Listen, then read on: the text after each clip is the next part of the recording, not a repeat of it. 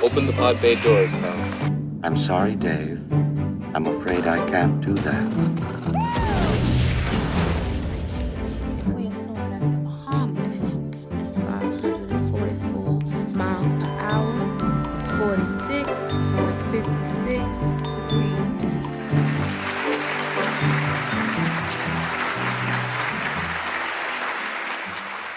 Thank you, Casey. And so all these visual delights that you saw from the director, they were all created in each one of us every night. So each one of us had 4 dreams last night, and each one of us will have approximately 4 dreams tonight. Right? I want to see by a show of hands how many remember their 4 dreams from last night. Okay. And so I asked that question because there is a mechanism by which you forget your dreams. Because in your sleep, there are 2 phases. There is a phase when your eyes are not moving, and then there is a phase where your eyes are jiggling. And that's that phase where your eyes are jiggling is when you're actually dreaming. Right? And as soon as that eye movements go away, you forget your dreams. So the eye movements in the brain have some connection by which they're connected to memory and your conscious awareness. So maybe tomorrow morning when you wake up, try and see if you remember your dreams. The only time you remember your dreams is when you wake up during that, what we call rapid eye movement, or the time when your eyes are actually jiggling. When you're in that phase and you wake up, you have that. But even more fascinating than that is that all of this imagery and sound is created in you while you're lying in bed with your eyes closed. Right? And the one organ that is doing all of that is the brain. And it is able to do that because it has about 100 billion, with a B, brain cells, each of which has about 10,000 connections, each. So there are more brain states than the number of particles in the entire galaxy. And that is why it is able to do what it's able to achieve. But still it is limited. The part that is limited is how we experience the world, you and I. So when you're looking at things, when we listen to things, we have a visual spectrum, violet to red, right? We call that VIBGYOR. You cannot see anything in the infrared, you do not see anything in the ultraviolet. So if you were to put on what we provide to our soldiers, the infrared glasses, nights would become days to you and days would become nights. Your entire concept of reality changes. Similarly, in your hearing capacity, you only hear from 20 to 20,000 hertz. There could be a whole symphony playing above 20,000 hertz right here, and we would all be deaf to it. Right? So our entire concept of the world, our entire concept of reality is based on what we can perceive, which is very limited. But that is all that we perceive as reality. Now, as we embark on this journey into consciousness, because as I told you, dream is one of the 3 phases of consciousness. Let's do 2 brief exercises to first make us all aware of what consciousness and the power or the magic of consciousness is. So indulge me, if you will. I want you all to take your 2 hands and clasp them like this, right? Keep these 2 index fingers. Clasp them really tight. And I want you to separate these 2 index fingers as much as you can. And now I want you to focus with your eyes in the middle, in the space in the middle of these 2 fingers. Clasp your hands really tight. And keep your fingers as far apart as possible.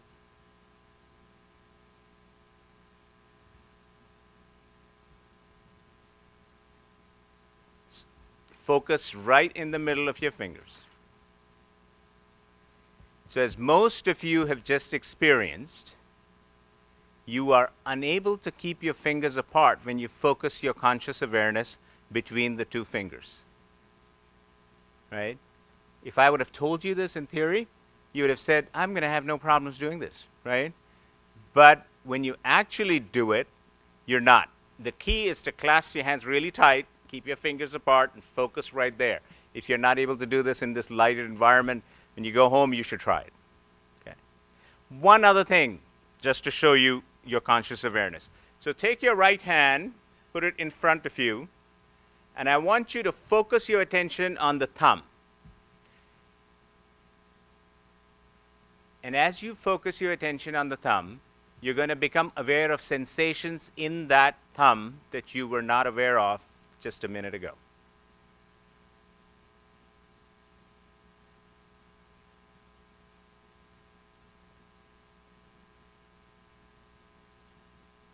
Okay. So we can do umpteen number of such exercises on consciousness that make you aware of what consciousness actually is and the power of consciousness and conscious awareness. As I said, we have 3 states of consciousness: awake, sleep, and dreams. We were not clear what was the role of sleep. Why do we go to sleep? Now in the last 5 to 10 years, we've begun to learn that you go to sleep essentially because it is during sleep that the toxins in your brain are cleared away. Toxins like those elements that make you demented, that cause Alzheimer's dementia or Parkinson's. Those things are actually cleaned out of your brain when you're sleeping. So if there is lack of sleep, that could be one of the dangers that there is. The second is that you form a lot of connections when you're awake. But when you sleep, the important connections are kept and the unimportant connections are broken off. Right. Now let's come to dreams. We have very little idea about dreams. And I always classify the science of dreams as post-Freud and pre-Freud. Right? Freud had his own theories about dreams, and those have really no basis in biological neuroscience. Right? The only real theory that we have is by, and you'd be shocked by this, is by Hobson and McCarley. They were 2 Harvard neuroscientists. And they said, they found the jiggly eye movement center in the back of your brain, and they said what happens is that your brain gets random activations. And that random activations is all that you're perceiving. Some sound here, some light here, some vision there, and that's it. Now, most of us who dream really do know that it's not random activation. There's usually a theme to it, right? There's a storyline to it. So this theory, Hobson and McCarley came up with this second theory where they said, well, when you wake up, you have to make sense of all those activations, and therefore you string a story into those activations. But if you all have dreamed, you know that during your dream, there was a storyline. It wasn't that you woke up and got the storyline, it was there within. So that's the best we have for dreams right now in science. And so, as Casey mentioned, the research that I'm involved in dreams is we bring people in, we put electrodes and record their brain waves, so we can tell exactly when they're dreaming. And right at the end of their dreams, we wake them up. First, to really, for the first time, find out what are they dreaming. Now, they are with us 5 days and 5 nights. So we know exactly what they did. They are in one room, hooked up to these electrodes, right? And so we know exactly what they did during the day, and how is that related to their dreams, we can find out. We also want to know if there's a pattern to your dreaming. Do you dream bad dreams first and good dreams later, or what is it all about? Because as you saw, there were some good dreams, and then there are some that are nightmares, right? We don't really know at this point in time. The third thing that we are trying to do is also see if we can influence your dreams. In neuroscience today, the gospel truth is that when you're dreaming, you are absolutely dead to the environment, so you cannot be influenced by anything in the environment. But if some of you may remember that when you're getting up in the morning sometimes, you have some sound in your environment, and you sort of incorporate that in your dream. You're not sure whether you're dreaming it or whether this is really existing. So our belief is that really we can. So what are we doing? While the person is dreaming, because we can tell that by brain waves, we make certain sounds. right? Like a ringing of a bell. And when we wake them up and they say, I was walking down this trail and suddenly the church bells were ringing, right? We know they've incorporated it.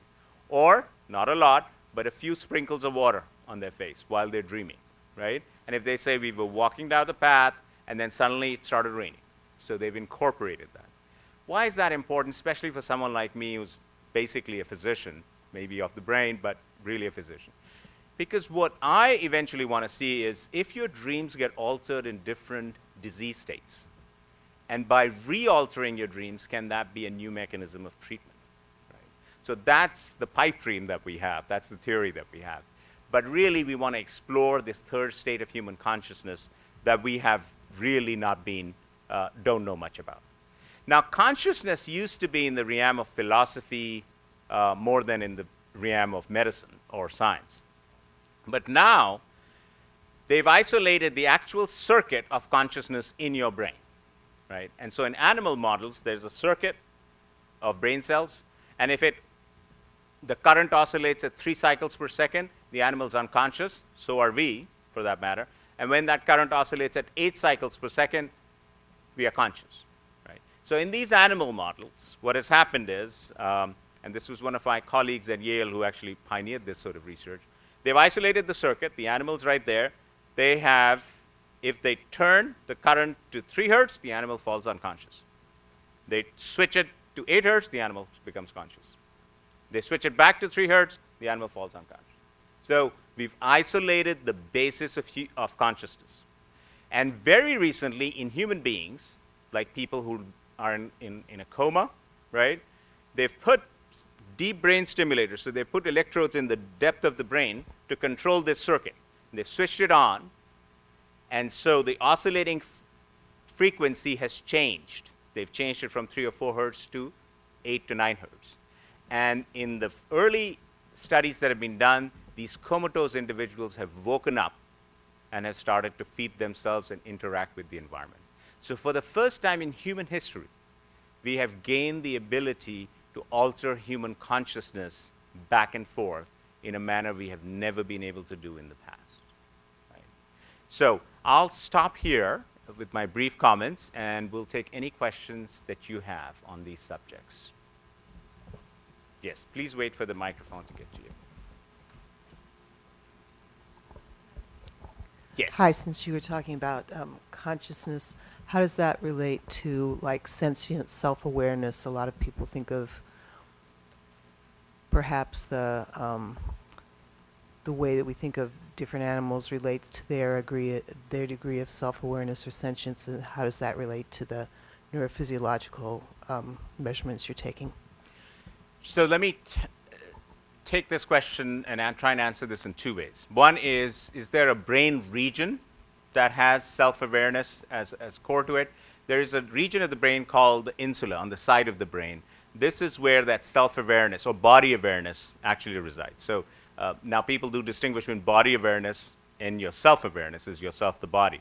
But as far as concrete material body is concerned, that's where you're represented. And we can stimulate that region of the brain, and the person can tell us what they're experiencing in their body. So that's one part of it. The other is self-awareness from what goes on in the world of what we call alternative medicine or meditation and stuff. And that's some interesting studies are being done on the lamas, the Tibetan lamas in Wisconsin and other places, where they have found certain brain regions on the sides of the brain which get much more activated when these people go into those, what they call heightened self-awareness. But the instruments we have, even though we've advanced a lot in technology, they're still somewhat limited in that. Yes. Okay, I myself have narcolepsy, and I have very, very vivid dreams, and I can manipulate them and change the course and realize I'm in a dream and say, this doesn't make sense, I know this is a dream, and that type of stuff. So how does that play a role at all this? So narcolepsy, again, we didn't know much about it in the past except for what it meant. Vivid dreams was a real part of that. But now we know that there are chemicals in the brain called orexins, right? And they are responsible for this particular illness because And then now new drugs are being formulated. One, I think, was just about to get approved by the FDA based on orexins. So if you alter, it's a deficiency of that. If you bring it up, narcolepsy gets treated. The question is, how does orexin influence these vivid dreams that people have? And people do have the ability to alter their dreams. That's another study that's there. Because we don't know the dream circuitry so well yet, we're probably going to use this orexin knowledge to find out the dream circuitry in the brain, as far as we know. But narcolepsy is clearly a deficiency of this one chemical in the brain, which has widespread connections, but is in that region. Hi, I'm wondering if you could explain a phenomenon that happened just this morning, though it's happened to me several times before, and I'm sure I'm not the only one who's experienced this. My alarm was set for 7 a.m., but I woke up at 6:58, and I noticed that happens, I would believe, a lot more than chance. So I'm either keeping track of time while I sleep, or I'm able to see the alarm clock while I'm asleep or something like that. I'm wondering how commonly you hear about things like that and what the best explanation is. Yep, it's not uncommon, and the reason why this happens is because within us there is a biological clock, right? And the biological clock is set, and we now know the whole circuitry of biological clock just within the last 6 to 8 years, and it's influenced by light, right? And when light comes on, certain chemicals get released, which are connected to certain others. They are connected to the rest of your body, which can give you that arousal mechanism. So people have actually practiced this. If you keep getting up at 7 and you have a similar lifestyle and a similar sleeping pattern, you can actually time yourself to get up to that, right? It's just that you don't control your life and your sleep as to the amount of sleep that you get.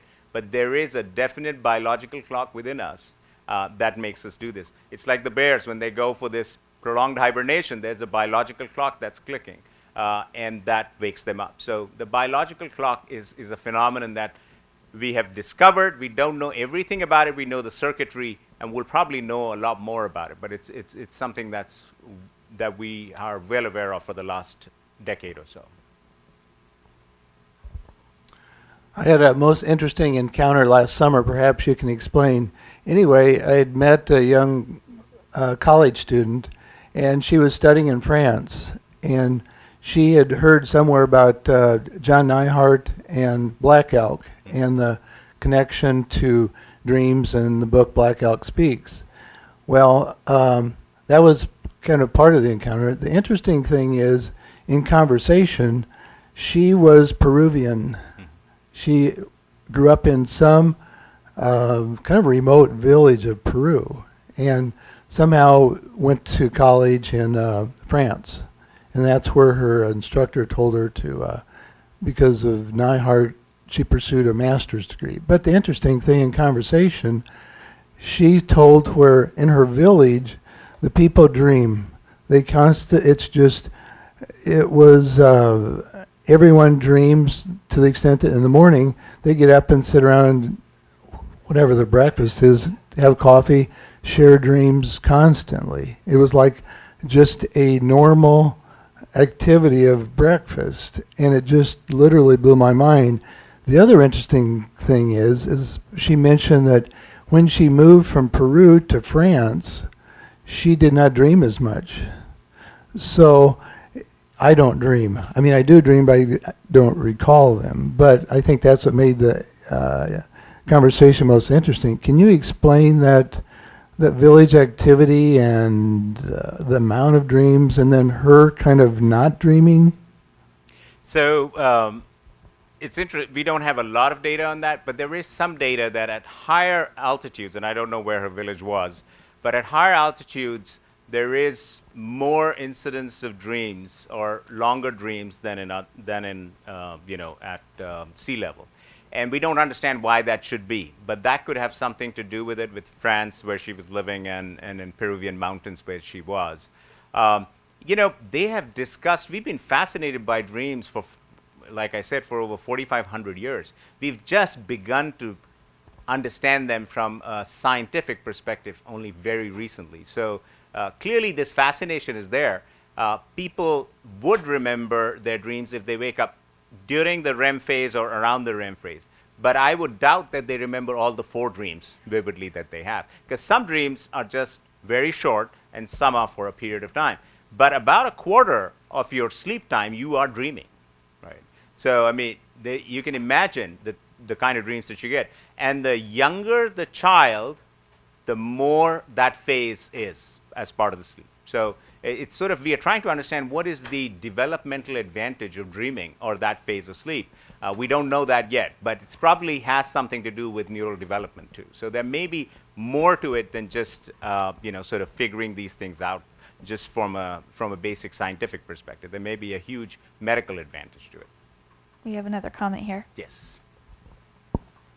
Yes, I was wondering if you could touch on one of the occurrences that they even had in the film, where you had the soldier that was nearing death, and people that near death sometimes have very vivid dreams of family members and people that, I guess, brings them a sense of comfort. If there's any studies that have been done on those occurrences. So yes, that's the near-death experiences are really fascinating, right? People say, I got out of my body. The general explanation, and since I've done some work on this, is that they really describe that they went out of their body and they're seeing themselves from the outside, or they saw a light, that was coming at them. But it's an out-of-body experience, basically. And so there were lots of really fascinating sort of descriptions of it. Now, more recently, what has happened is that when we do a kind of brain surgery, we have to put electrodes on the surface of the brain, and we have to stimulate them to see if that was responsible for some vital function, just to make sure that it's safe to cut that region of the brain out, right? So the experiments that were done was, it wasn't an experiment, it's an actual medical study, where you put electrodes on the surface of the brain right here in the back, and they stimulated the electrodes. And when they got to these 2 electrodes, and you stimulate them, the patient said, I'm having an out-of-body experience, right? And you're thinking, and this was done by a neurosurgical colleague of mine at Yale who's now at UCLA.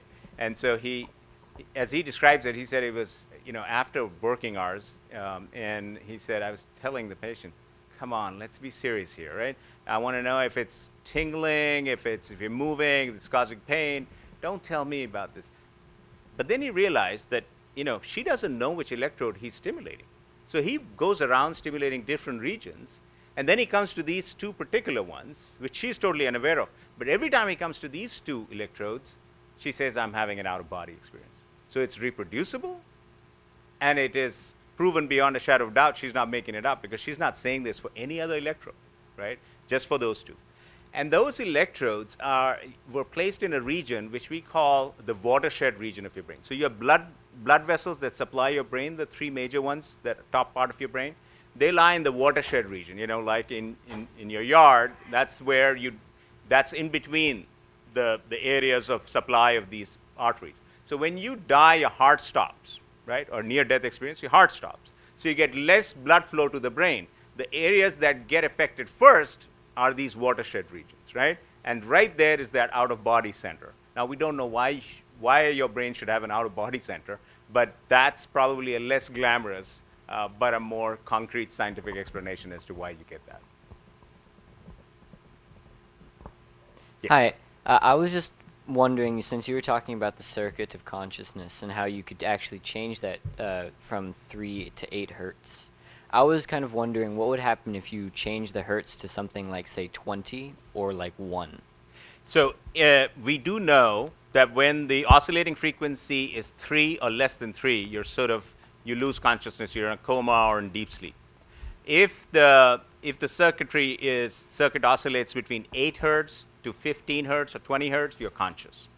Now, the reason we know this is the measuring devices for brain waves till very recently were mechanical. And so they could only record till 25 hertz. That's it.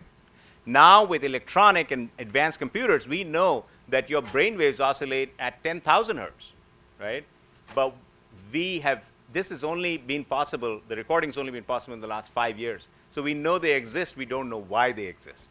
So we're just trying to discover that. So if you're in that 8 to 20 something range, you're just going to be conscious, right? But if we make it 10,000 hertz, which has not been done yet, right? We don't know what that would mean. But it does naturally exist in every human brain. Right up here. I'm wondering, normally philosophers talk about this a lot, but what is a physician's take on the hard problem of consciousness? And do you think there is a hard problem of consciousness? And is there any applicability to dreaming?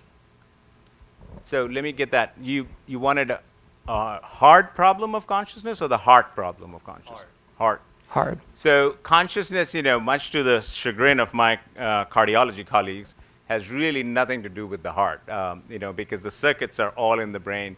Other areas of the brain can influence that basic circuit, but it's a very biological circuit, which has been isolated and has been modulated, and your consciousness switches back and forth based on that modulation. So your heart does not have, now the heart does have one thing, if it stops pumping. He did say hard. Hard. With a D, yep. Okay. So the hard part of consciousness is this circuit. I mean, from a biological, neurobiological perspective, from a medical perspective, it's a circuit. It's oscillating at this, and you're conscious.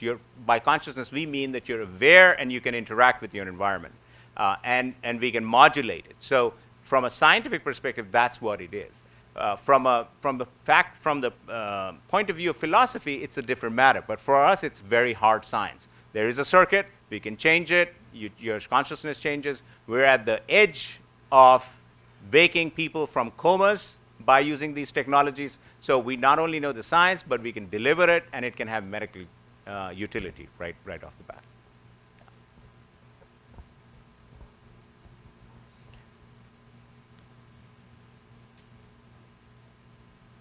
Yeah. So pretty much what I'm trying to say is that I always focus on like the collective unconsciousness theory by Carl Jung, and like ever since then, like I keep having like these very like vivid dreams. Like I had a dream that I was like driving with my sister one time, and I get very depressed like over the winter, and I remember it was like a sunny day, and like my sister, she looked very bright in the dream, and I looked very like, I never see myself in dreams, so it was just like I kind of like felt very like ominous. And then I remember like the clouds just coming in the sky, and then it just like it covered up the sunshine. So I'm just like, I'm wondering, like, do you think that if you focus on the collective unconsciousness, like would it somehow alter your dreams and influence you like in reality? I know it's a very deep question, but it's just. No, I'll try and tackle it from a very basic science perspective. So the collective unconsciousness, we don't have any way of studying it or measuring it from the current equipments that we have in science. I'm well aware of Carl Jung's theory and what he's talked about. But we do understand that the current literature is telling us that your dreams have an integral role to play with your memory, right? I can't talk about collective memory, but your memory. And during your dreams, your memory is getting consolidated. So you have a better memory during dreams. In fact, there was a study done just very, very recently, just in the last few weeks, where they looked at if people were trying to play a game with a maze, you had to negotiate your way around a maze. They played it. They were then allowed to go to sleep. Those who dreamt about the maze, right, because they woke them up during their dreams, at the end of their dreams, if they dreamt about the maze, they did much better the next day, as opposed to those who did not dream about their maze, right? So memory consolidation is a big deal. But like in science, right, we have to go by evidence. We have a drug which all of us have probably heard of, Prozac and Zoloft, right, antidepressants. They really cut down your dream phase of your sleep. The rapid eye movement sleep is cut down, but they have no effect on people's memories, right? So we've got these conflicting evidences, and that's what we do know. But we don't have any equipment right now to do the collective unconscious. And so that's something that it's very difficult to comment on at this point. We have another comment here. Yes.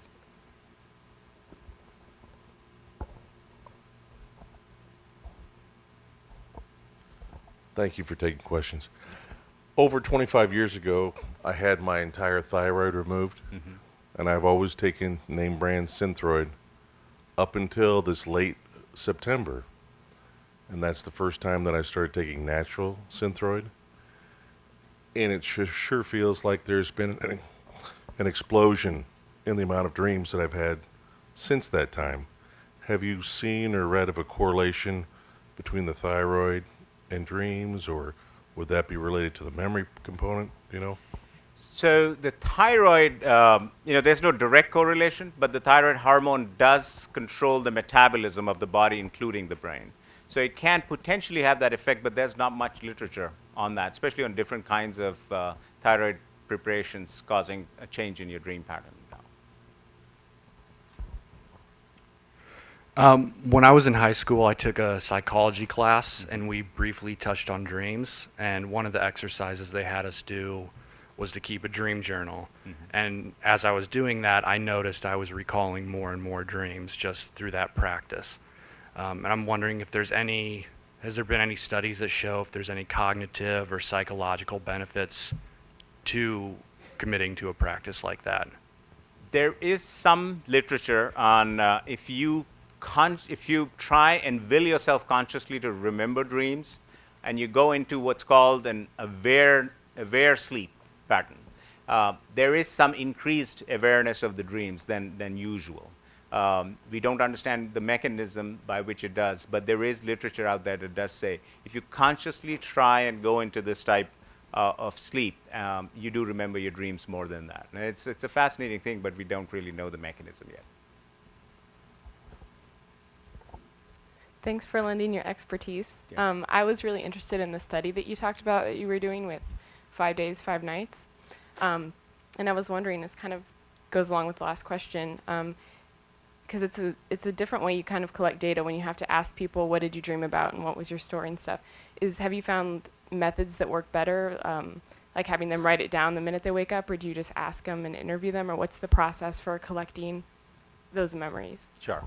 So most dream studies have been done by waking them up in the morning and asking them, what did you dream about? And the vast majority have been done that way. And you can imagine they don't remember what they dreamt about. So this, in our study, we're actually waking them up 100% at the end of their dream phase. So we know they will remember their dreams. And so we let them free association talk about this. We are recording everything. And luckily we have, and I don't know if there are any in the audience, but we have these study collaborators, as we call them, called medical students, right? Who stay up all night and wake these patients up because they're fascinated by science and they want to do this. And so they actually stay up with us and wake them up and have a structured interview with them. But at the beginning, we just want them to do a free association. They just talk about their dreams. So that's how we're collecting the data. We have another comment here. Yeah.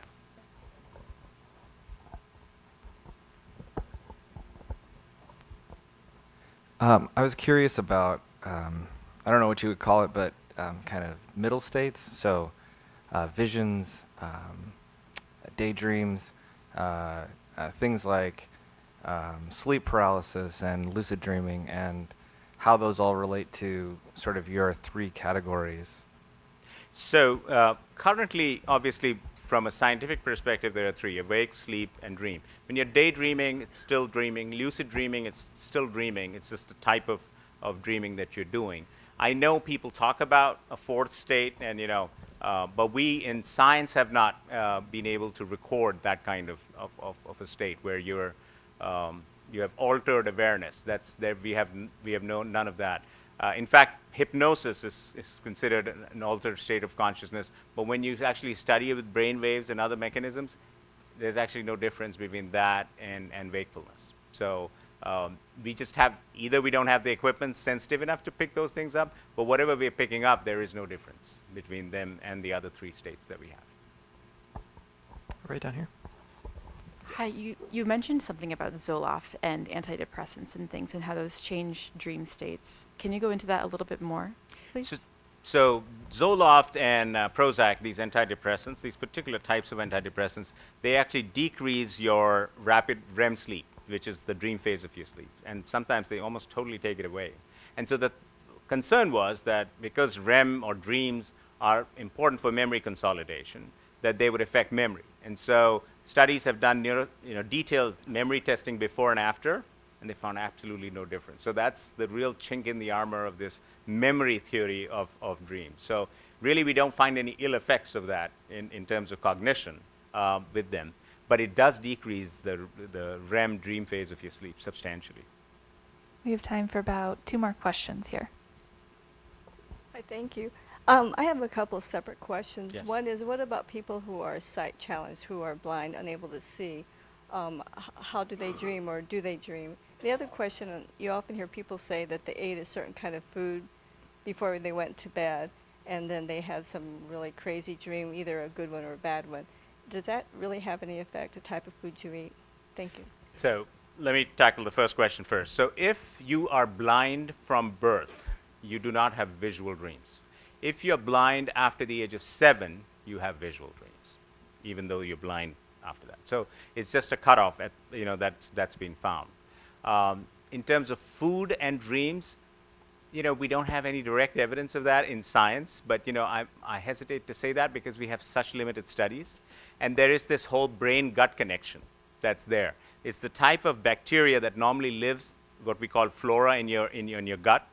And the type of bacteria in your gut can influence your mood, your awareness, and things like that. And that's why this whole concept of probiotics that you see, out there. So again, it's sort of jumping the gun because we don't know a lot about it. But there are certain types of bacteria that are, or I would say, organisms that if they're present in your gut, you have decreased depression, right?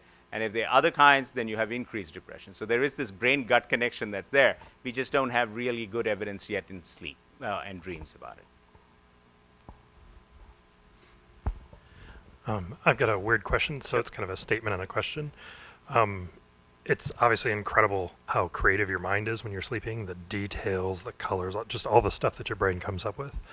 But what I'm actually curious is why, and I don't know if you've studied this kind of things, but why your brain would come up with details that are unnecessary. You know what your house looks like, yet that's not what you don't dream of that house. You know what your room looks like, it's a different room. There are all these things that you know what it is, and your brain comes up with a whole new thing, and it just tells you, oh, that's your room, that's the city you're in, whatever. Yes, so during your sleep and your dreams, you are looking at the world in a completely different manner. You're not doing it in a logical, stepwise fashion that we do when we're awake or when we're contemplating or thinking. And there are advantages and disadvantages to that. The disadvantages, and I don't know if it is, but you pay attention to a lot of detail, which you wouldn't, if you were telling a story, you wouldn't say, that wall was, the lighter shade of gray, and then when light falls on it, it turns into this hue, But that paradigm difference between awake and during your sleep and dreams, that is remarkable because a lot of major scientific discoveries were made by people when they got the insight during dreams, right? There have been major Nobel Prize winning discoveries that have been made, and the scientists say that it happened during their dreams. That's when they got that insight, and they remembered it, and that's how they came up with it. So it's a different paradigm of thought, and we do see this in savants. Savants, as you know, are geniuses, right? And in autistic children, they are 3 times more likely to be geniuses than the rest of us are, right? And these savants, they actually look at things very differently. Like, one of the most famous savants was Kim Peek. The movie Rain Man was made on his life, and he's no longer with us, but, he had read 9,000 books. And he remembered every word of every line of every page of 9,000 books, right? And when you image his brain, there is not much difference. The balance center in the back is slightly smaller, and the connection between the two halves of the brain is slightly less, but none of which explains this. But if you had talked to him, he says, I don't read the way everyone else reads. I read it very differently, and it just sort of imprints itself in my mind. And so I can, every time I think about it, I can tell you. Like, if you tell him the word utopia, which was often given to him, it was the 3rd word of the 4th line of 276 page of this book. It was the 7th word of the 9th line of 344th page of that book. Now, we had planned to bring him here to Omaha and study his brain, give him a passage to read, see what areas of his brain get activated. We can do that with new imaging called functional MRIs. And we wanted to see what areas of his brain get activated. Then get one of our medical students, which are always volunteering for our studies, and have them read the same passage and see what areas of their brain gets activated. Do an analysis in terms of what got activated in him that didn't get activated in us. And the next time we read, take a transcranial magnetic stimulator. It's an FDA-approved device for treatment. You can stimulate or inhibit any region of the brain and stimulate that region when we read, right? We don't have to remember every line, every word of every line of 9,000 books. But if it improved our reading and learning ability by 50%, it would change human education as we know it today, right? So that's where we are headed in the science of the brain with these kinds of information and knowledge that's there. Dr. Singh, thank you so much for being with us tonight. Thank you. Thank you all.